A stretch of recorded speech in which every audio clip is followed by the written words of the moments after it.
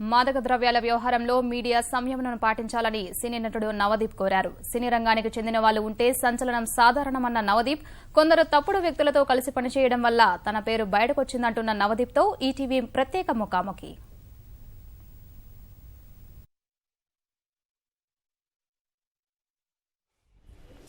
మాదక ద్రవ్యాల కేసులో ఆరోపణలు ఎదుర్కొంటున్న సినీ పరిశ్రమకు చెందిన అనేక మందికి ఎక్సైజ్ అధికారులు నోటీసులు జారీ చేశారు. ఈ నోటీసులు అందుకున్న వారిలో సినీ నటుడు నవదీప్ కూడా ఉన్నారు. ఇప్పుడు ఆ నవదీప్ మన దగ్గర ఉన్నారు. ఆయన అడిగి మరిన్ని విషయాలు తెలుసుకుందాం. సార్ చెప్పండి, ఈ ఎక్సైజ్ అధికారులు ఈ మాదక ద్రవ్యాల కేసులో మీకు నోటీసులు అందజేశారు. ఆ నోటీసులో ఏముంది, మీరు ఏం చెప్పదలుచుకున్నారు? బేసికల్గా ఒక లాస్ట్ 1-2 మంత్స్గా మనం సిటీలో జరుగుతున్న ఘోరాలను చూస్తూ ఉన్నాం అండి. చిన్నపిల్లల దగ్గర నుంచి పెద్దవాళ్ళ వరకు, అంటే ఇంకా ఆల్మోస్ట్ 1000 మంది దాకా దీంట్లో అసోసియేట్ అయి ఉన్నారని పోలీసులు మనకు చెప్పారు. సో మాకు తెలిసిన ఇన్ఫర్మేషన్ ఏంటంటే, ఎటువంటి డీలర్ అయినా, అంటే ఈ నైజీరియన్స్ అనుకోండి, లేదంటే ఇండియన్స్ అనుకోండి, ఎవరినైనా డీలర్ని పట్టుకున్నప్పుడు ఆ ఫోన్ లిస్టు, ఆ ఫోన్ కాల్స్ అయ్యి చూసి ఎవరైతే అసోసియేట్ అయ్యి ఉన్నారో వాళ్ళని పిలిచి ఇది ఎందుకు ఉందని క్వశ్చన్ చాలా నీట్గా పోలీసులు డీల్ చేస్తున్నారండి. సో అదే ధోరణిలో, అంటే ఆ దీంట్లో నాకు వచ్చింది. సో నాదేంటంటేనంటే, లాస్ట్ మంత్ ఒక ఈవెంట్ ఆర్గనైజేషన్ కంపెనీతో ఒక ఈవెంట్ చేశాను నేను. లాస్ట్ మంత్ చేసిన తర్వాత 2 వీక్స్ తర్వాత అందులో ఒక అతను మాత్రం ఇందులో ఇన్వాల్వ్ అయ్యి ఉండి సీఎం గారి క్యాంప్ ఆఫీస్ దగ్గర ఏదో ఒక ఇష్యూలో దొరికి పట్టుకున్నాడు. సో అతని దగ్గర నా ఫోన్ కాల్స్ మెసేజెస్ ఉన్నాయి. సో దానికి సంబంధించి ఇది ఎందుకు ఉంది అనే క్వశ్చన్ నాకు పోస్ట్ చేస్తారు. దానికి నా రెస్పాన్సిబుల్గా నేను వెళ్ళి ఎందుకుంది, ఏంటి లింక్ ఏంటి అనేది నేను చెప్పొస్తానండి. అది విషయం.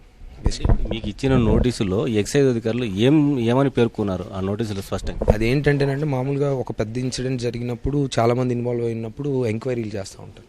సో అదేంటంటే, ఆ పర్టికులర్ నోటీస్ ఏంటంటే, in the benefit of doubt, or మేము జరుగుతున్న ఈ ఇన్వెస్టిగేషన్లో మాకు కొన్ని డౌట్లు ఉన్నాయి, మాకు కొన్ని క్లారిఫికేషన్ కావాలి, అది మీరు వచ్చి ఇవ్వాలనేది మాత్రం ఉంటుందండి. అందులో ఏమి అక్యూజిషన్స్ కానీ మీరు ఇలా చేశారని అలాంటివి ఏమైనా ఉంటే డైరెక్ట్గా పోలీసులు అరెస్ట్ చేస్తారు. ఆల్రెడీ వేరే ఇప్పుడు ఎవరైతే కొంటూ అమ్ముతూ దొరికారో వాళ్ళందరినీ కూడా ఆల్రెడీ బుక్ చేస్తున్నారు.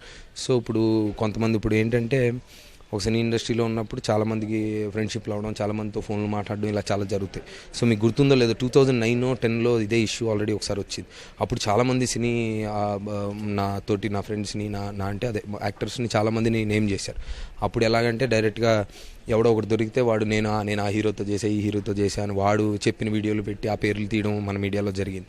సో అప్పుడు చాలామంది ఆనెస్ట్గా వెళ్ళి ఎవరో ఫోన్ నెంబర్లో ఎవరి ఫోన్లో నా నెంబర్ ఉంటే నాకేం సంబంధం అని కూడా చాలామంది వెళ్ళి ఆనెస్ట్గా, ఇప్పుడు తప్పులేని వాడు ఎందుకు భయపడతాడు? తప్పులేని ఎప్పుడు భయపడ్డు కదా. తప్పులేనప్పుడు నా పేరు వచ్చింది ఎందుకు వచ్చినప్పుడు నేను చెప్తున్నాను. ఈవెంట్ మేనేజ్మెంట్ ఆ పర్టికులర్ కంపెనీ, అదంతా ఆల్రెడీ తెలుసు, న్యూస్లో వచ్చింది. వాడికి నా ఫోన్ లింక్స్ ఉండడం అనేది నిజం, 100% నిజం. నేను ఈవెంట్ చేసేవాడితో 1 మంత్ ఆ ఈవెంట్ ప్రమోషన్స్ కానీ అయిపోయిన తర్వాత అకౌంట్స్ కానీ. సో ఇప్పుడు పిలిచి అడిగినప్పుడు ఏముంటుందండి, సార్ నా ఈవెంట్ ఇది, నా డేట్ ఇది, మీరు ఆ డేట్ ముందు ఫోన్ కాల్స్ అన్నీ చూడండి, my life is an open book, నా phone is open, my phone is here, so you can, అంటే మనం కోఆపరేట్ చేయాలి బేసికల్గా. ఆర్ మేబీ వాళ్ళు అడిగిన క్వశ్చన్స్కి ఇంకేమైనా ఇన్ఫర్మేషన్ ఉందా మీ దగ్గర, ఎలా జరుగుతాయి ఏంటి అనేది. ఇప్పుడు వాళ్ళు ఇంత కష్టపడి, ఇప్పుడు హైదరాబాద్ నా సిటీ అండి, నేను పుట్టి పెరిగా. రేపు నా నెఫ్యూ నా కజిన్ స్కూల్కి వెళ్తాడు, వాడు 7th క్లాస్లో డ్రగ్స్ చేస్తే నేను హ్యాపీగా ఉంటాను. నిజంగా డ్రగ్స్ చేసేవాడు కూడా ఇలా చిన్నపిల్లలు చేస్తున్నాను అన్నప్పుడు భయపడతారు. అది చాలా దారుణమైన విషయం. సో మన సాయశక్తులా మన సిటీని మనం సేఫ్గా ఉండడానికి మనం అందరం కోఆపరేట్ చేయాలండి. ఈవెన్ మీడియా కూడా ఇప్పుడు రిపోర్ట్ చేస్తున్నప్పుడు ఒక ఎంక్వైరీకి సంబంధం వచ్చింది, అది ఫ్యాక్ట్. ఇందులో ఇన్వాల్వ్ అయిపోయారు, ఇందులో పేర్లు వచ్చినాయి అనేది వస్తున్న రిపోర్ట్లు. అది తప్పు కదా. అది అక్కడే మనకు ఇప్పుడు నాకు డౌట్ ఉంది, ఫోన్ నెంబర్ ఎందుకు ఉంది, నువ్వు ఆన్సర్ చేయాలని వాళ్ళు అడుగుతున్నప్పుడు అక్కడతోనే ఆగాలి. బట్ ఎలా ఉంటాయంటే రిపోర్ట్లు ఎలా ఉంటాయంటే, వీళ్ళంతా దొరికేశారు, వీళ్ళందరూ వాడేస్తున్నారు, వీళ్ళందరూ అమ్మేస్తున్నారు, ఆ పోలీసులు చెప్పిన మాట కాదు.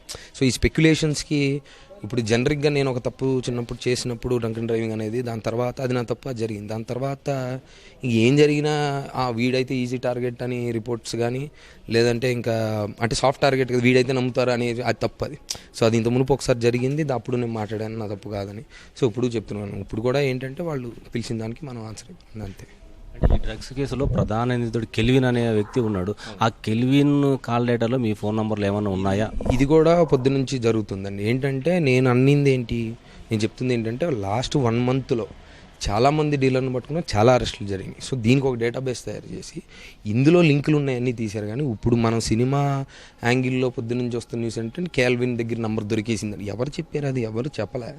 పోలీసులు ఏం చెప్తున్నారు, మాకు ఈ ఎంటైర్ కేసులో ఉన్న ఇన్ఫర్మేషన్ ఆధారంగా దానికి లింక్ ఉందని డౌట్ ఉన్నా దానికి లింక్ ఎలా ఉందని క్వశ్చన్ వేయడానికి పిలుస్తున్నాం అనేదే ఫ్యాక్ట్. సో క్యాల్విన్ దగ్గర నంబర్ దొరికింది, నా నంబర్ ఉంది, అందుకే నన్ను పిలిచారు అనేది వీళ్ళ ఊహాగానం.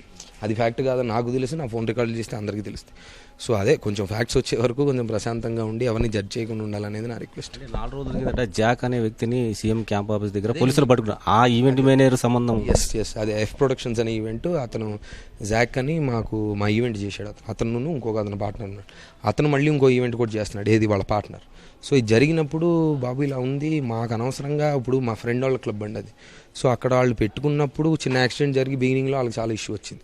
సో దాన్ని రిపేర్ చేసుకుంటూ ఇప్పుడు మన సొంత సిటీలో మన అమ్మ బాబు దగ్గర డబ్బులు తీసుకొని మేమేదో సాధిస్తామని ఒక క్లబ్ పెట్టి కష్టపడుతున్న మనుషులు మన ఇంట్లోనే మనం ఇచ్చేయంగా. ఇప్పుడు అంత అవసరం. ఇప్పుడు మా ఫ్యామిలీ, మేమేం భేదోళం కాదు, మా ఫ్యామిలీలు ఇప్పుడు మేము ఇలాంటి బ్యాడ్ దీంట్లో ఇంటర్ఫియర్ అవ్వాల్సిన పరిస్థితి లేదు ఎప్పుడు. సో ఇవన్నీ వాస్తవాలు, అంటే అది ఎవరు చెప్పలా ఈ వాస్తవాలు కాదు డెఫినెట్గా. బట్ అదే అంతా అయిపోయిన తర్వాత తెలుస్తుంది ఏదైనా. ఈ జాక్ అనే వ్యక్తి ఎల్ఎస్డి డ్రగ్స్ కాకుండా కొకైన్ సరఫరా చేస్తూ ఎక్సైజ్ వాళ్ళకి పట్టుబడ్డాడు. ఈ జాక్ మీకు ఎప్పటి నుంచి పరిచయం ఏంటి? అదే కరెక్ట్గా నా ఈవెంట్ స్టార్ట్ అయిన 2 వారాల ముందు ఆ కంపెనీ తెలుసు. ఆ పర్టికులర్ పర్సన్ మాత్రం నా ఈవెంట్ స్టార్ట్ అయ్యే 2 వీక్స్ ముందు నుంచి నా ఫోన్ కాల్లో నాకు టచ్లోకి వచ్చాడు. అవన్నీ ఆల్రెడీ రికార్డ్స్ ఉంటే దట్ విల్ బీ. బట్ అతను అలా చేశాడనో అతని పార్ట్నర్కి కూడా తెలియదు ఆ విషయం. ఆ పార్ట్నర్ ఇంకా ఉన్నాడు మాతో. మేము ఇప్పుడు ఇంకొక ఈవెంట్ చేస్తే అతను చేస్తున్నాడు. సో అతనికి పిలిచి నువ్వు ఏంటిది పరిస్థితి, మాకు ఉన్నాయి చాలన్నట్టు ఈ కొత్త ఏంటంటే, సార్ చాలా సారీ బాస్ నాకు తెలియదు, I'm not any more with him అని అతను చేసుకున్నాడు. సో ఇప్పుడు అదే అంటున్నాను, ఇప్పుడు 100 మంది పరిచయం అయ్యి తెలిసినప్పుడు ఎవడు ఎగ్జాక్ట్గా ఏం చేస్తున్నాడో తెలుసుకునే శక్తి మనకు ఉండదు ఇలాంటివి జరిగితే తప్ప. But still very unfortunate that ఇంతమంది పేర్లు కానీ ఇలా రావడం. But it's just general enquiry, అన్ని నిజాలు పోలీసులకు తెలుస్తాయి. మీరు డ్రగ్స్ వాడుతున్నారు అనుకోవచ్చా, వాడట్లేదా? అంటే వాళ్ళు ఇచ్చిన నోటీసులు బట్టి అందరూ అదే ప్రచారం చేస్తున్నారు. అదే తప్పు. మళ్ళీ క్లారిఫై, వాళ్ళు ఇచ్చిన నోటీసులు వీళ్ళు డ్రగ్స్ వాడుతున్నారు, ఎందుకు వాడుతున్నారు అని పిలుస్తున్నాం అని కాదు. పట్టుకున్న వాళ్ళ దగ్గర, ఇన్వాల్వ్ అయిన వాళ్ళ దగ్గర వీళ్ళ నంబర్ లింక్ ఉంది, ఎందుకు ఉందనే క్వశ్చన్, ఎందుకు నేను దాని క్వశ్చన్కి ఇప్పుడు నేను చెప్పిన ఆన్సర్ ఇది తెలుస్తుంది ఎంక్వైరీ అయిన తర్వాత. అంటే ఎప్పటి లోపల మీరు విచారణకు హాజరు కమ్మని? అదే 19 to 24 అనేది ఒక 1 వీక్లో రావాలా, ఇది సంథింగ్ మళ్ళీ చెప్తా అని చెప్పారు. It's as a responsibility, I will go and I will tell them what are the facts. అంటే మీరు ఎప్పుడు వెళ్ళాలనుకుంటారు? లేదు చెప్తారు, నాకు డేట్ తెలియదు. ఇప్పుడు సినీ పరిశ్రమలో ఈ మాదక ద్రవ్యాల కేసు ఒక ప్రకంపన సృష్టిస్తోంది. వరుసగా ఇలాంటి సంగతి దాదాపు 15 మందికి పైగానే నోటీసులు అందజేయాలి. దీనికి మీరు సినీ రంగ ప్రముఖుడిగా, ఒక సినీ నటుడిగా మీరు ఏం చెప్పదలుచుకున్నారు? సార్ వాస్తవాలు ఏంటి, నిజాన్ని ఇప్పుడు పేర్లు అనేవి, ఇప్పుడు ఒక ఎంక్వైరీకి పిలిచారు అనే పేర్లు అనేది వాస్తవం. కానీ ఇప్పుడు మీరు అన్నట్టుగా జనాలు ఇలా అనుకుంటున్నారు అలా అనుకుంటున్నారు అనేది ఊహాగానాలు. సో నిజం ఏంటనేది ఇప్పుడు ఈ పోలీసు ఎంక్వైరీ కరెక్ట్గా అయిపోయిన తర్వాత పోలీసులే చెప్తారుగా. సో అప్పటి వరకు మనం ఎవరు ఏంటి అనేది మనకు నిజంగా మనం చెప్పలేము, మనకి తెలియదు కూడా. Thank you.